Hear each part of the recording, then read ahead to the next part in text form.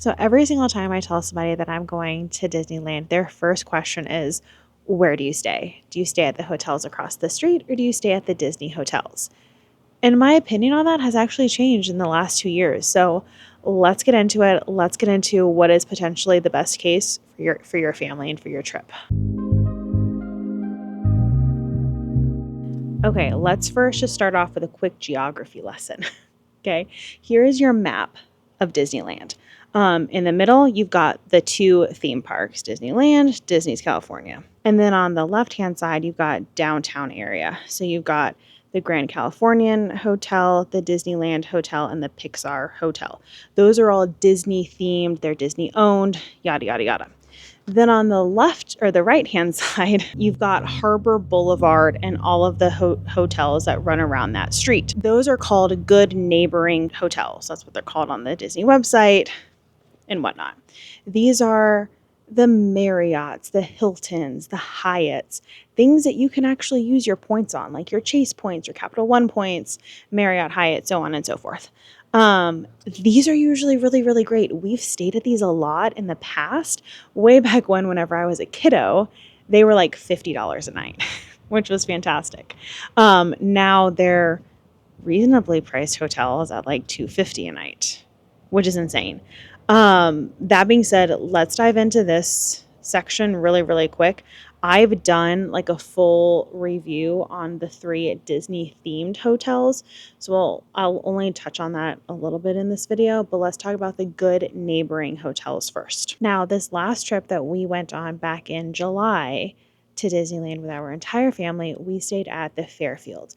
Usually we love this hotel. We rant and rave about it. You can use Marriott points, you can use Chase points, you can use your Capital One points. It's a great hotel. Usually whenever I go to land, I'm saying I'm saving money because I can use my points at the different hotels. And that is a huge chunk of change that you are essentially saving. However, this last time, to say it was a shit show would be kind of an understatement. So we booked the Fairfield only to arrive to find out that it's completely under construction. And I mean, like there's 9 floors. 4 of those floors were not under construction. So 5 out of the 9 were. Now they still had their pool. The entire lobby area was under construction. It was under construction. Okay. It was a construction zone. And we weren't told about that ahead of time. I would have booked somewhere else if I had known that. Didn't see it anywhere on the Marriott site, wasn't warned about it ahead of time, whatever. In my reservation, you say, hey, I've got 2 adults, 1 child. You say how old the child is. So they knew that I was coming with a 3-year-old. They still stuck me in a room right underneath the construction. And I mean, right underneath, you could clearly tell there was construction going on in the room right above us. Annoying. Again, I use my Chase point, so hypothetically, I'm also booking probably the lowest quality of rooms. Fine. Whatever. Still annoying.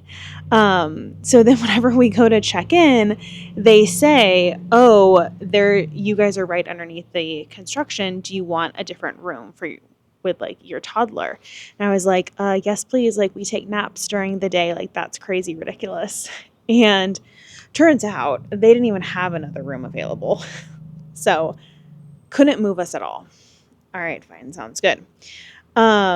It was loud. I don't know what they're doing to those rooms. It sounded like a jackhammer was above us the entire time. They were only working from like 9 a.m. till 5 p.m. So, but again, like you're essentially giving up your nap. So hated that. That was awful. Horrible. Then my parents and the rest of my family were actually in the rooms that had been previously renovated. So we were on like the 2nd floor. They were above the construction. And in those rooms, they have the bunk beds, which is pretty cool. I don't know, as a kid, the bunk beds were the most amazing thing at Wilderness Lodge way back when. So they've got the bunk beds. However, they've taken out the bathtub and the drawers. I don't know why hotels are doing this. A lot of like the deluxe Disney World hotels also didn't have a bathtub. We stayed at Animal Kingdom Lodge, no bathtub. And I'm just like, I'm so confused why we're a kids resort with no bathtub. I'm hoping that there's a data set around that somewhere and that they've done their research. I don't know. But yeah, no bathtub, no drawers. Crazy insane. As I don't know. I don't know. That does not seem like an upgrade. To me, it doesn't sound like I would like the new rooms. Um, but the hotel will be under construction until December. So I don't know. Okay, if you've got a room booked the next couple months, I'd cancel it, but that's just me.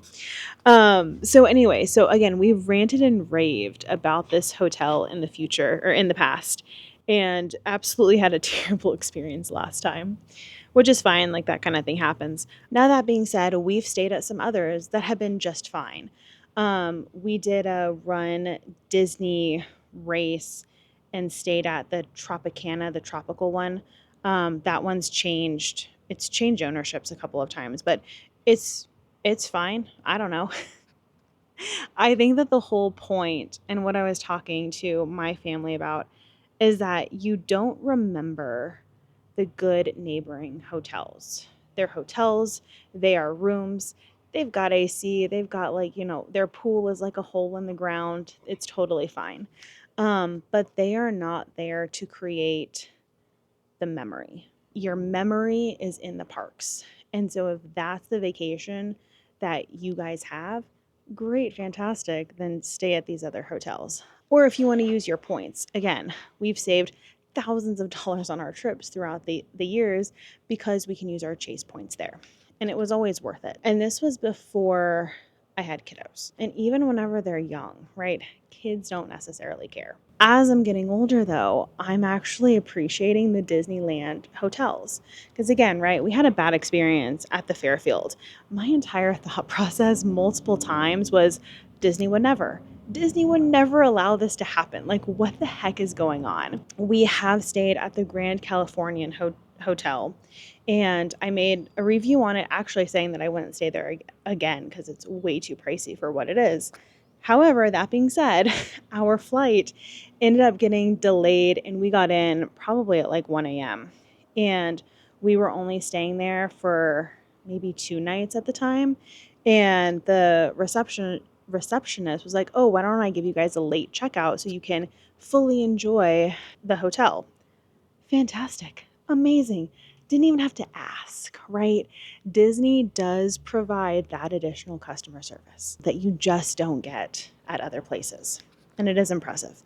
And I think that it's something that like I've always kind of taken for granted until you start staying at other hotels and you're like, "Oh, I get it. The Disney magic, the Disney touch. I get it," right? Also the fact that the restaurants at the Disney hotels are way closer. They're either right on site or you step out your door and you have access to all of like the downtown Disneyland area, which is really nice. A lot of people say that the proximity to the parks is a huge perk in the Disneyland hotels. I disagree. If we are just looking at it on a map, you're talking actual walking distance, you're not saving that much. It was half a mile from the Fairfield to the front of the park, and it's half a mile from the Disneyland Hotel to the front of the park. So I don't think you're actually saving any time with walking, your distance with walking. And also, the Harbor Boulevard walk is very, very nice. It's not like a janky, sketchy street. It's well maintained. It's got flowers on it. The landscaping is nice. It's a decently sized walkway. Um, it's a fine walk. You could probably argue that your walk from downtown Disney is better. Yeah, maybe. Probably. I think that your security lines to and from the Disneyland hotels are shorter because you've got essentially the locals, the people that are coming in from like the parking lots, and all of your good neighboring hotels all have the same security line versus I think each hotel almost has their own security line. Grand Californian has their own security. Disneyland does and Pixar Pier does. So again, you might be waiting in less line for security. I never had an issue with security, so I'm not sure if I would actually count that as an actual perk. You used to get more perks staying in the Disneyland hotels. You would get early entry access. I think you got into the park like 1 hour before everybody else on selected days. That is no longer a thing. And I hear that you get one lightning lane per person per trip. That's not worth it. I purchased the lightning lanes regardless. So for us, it doesn't work. Also, I've seen people on Reddit saying that they're having a hard time actually using those lightning lanes. So maybe take that with a grain of salt. One more thing I also want to add is that as your Disneyland trips change throughout the years, throughout your ages, your kids' ages, etc., where you should stay changes as well. And so that's really where I've seen the biggest difference. Hold on, there is the loudest plane in the world going across. It's a little private plane, man. Okay, he's gone. Okay.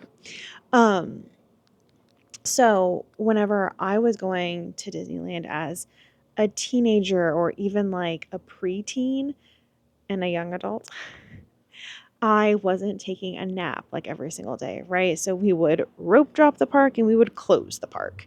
That was our trip.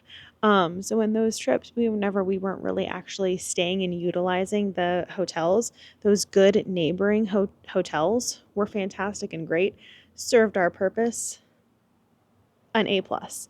Now that I have toddlers and babies, now my day looks completely different.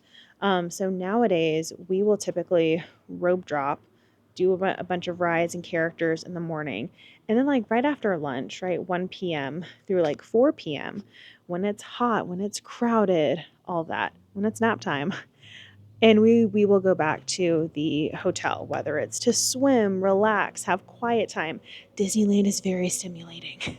And even as an adult, sometimes you just need to sit in a quiet, dark room.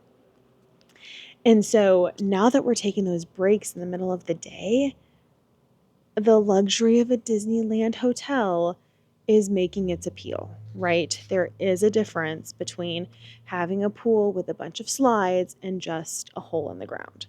And having different cabanas and shaded areas and places to sit and chill and lounge, places to grab food and snacks, that is becoming, I can fully see the appeal of that. So that's also why I think that like right now the Disneyland hotel is going to serve our needs for kind of the immediate future, I guess. So that's another thing that I wanted to sort of throw in there is that think about your perfect day at Disneyland. See if you can find a hotel that kind of caters to that. So anyway, as a quick recap, I know that was like a lot of word vomit. I really just kind of sat down and like started to film, to be completely honest with you. I don't have a checklist.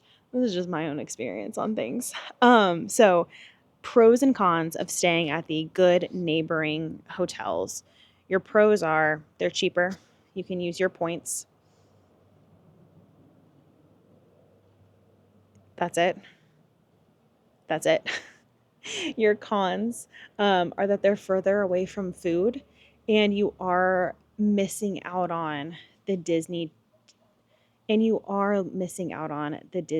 touch, whether it's the Disney magic, whether it's the different themings.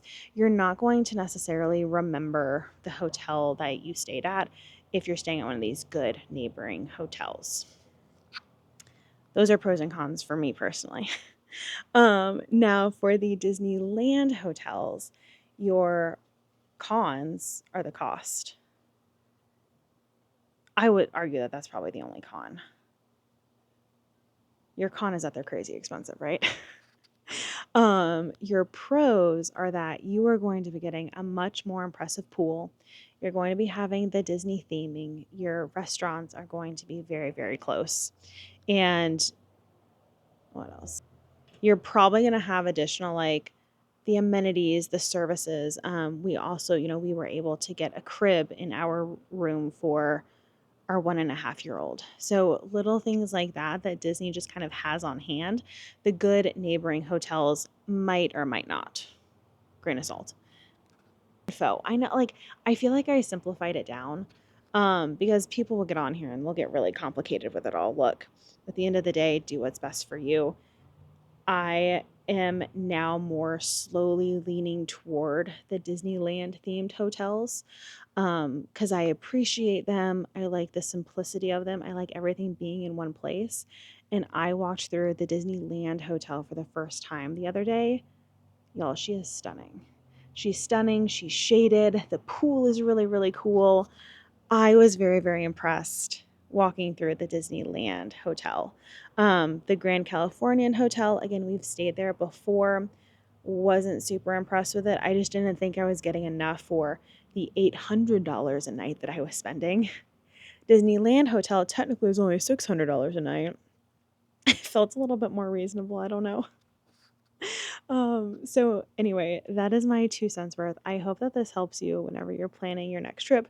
Please let me know in the comments if you have any other opinions or things that people should be considering and stuff like that, because it's a lot. It's an expensive thing to go and do, and you should be making that decision with all the knowledge and experiences in the world. So anyways, hope that this helps you guys. Like and subscribe if this was helpful for you, and yeah, we'll see you guys next time. Bye.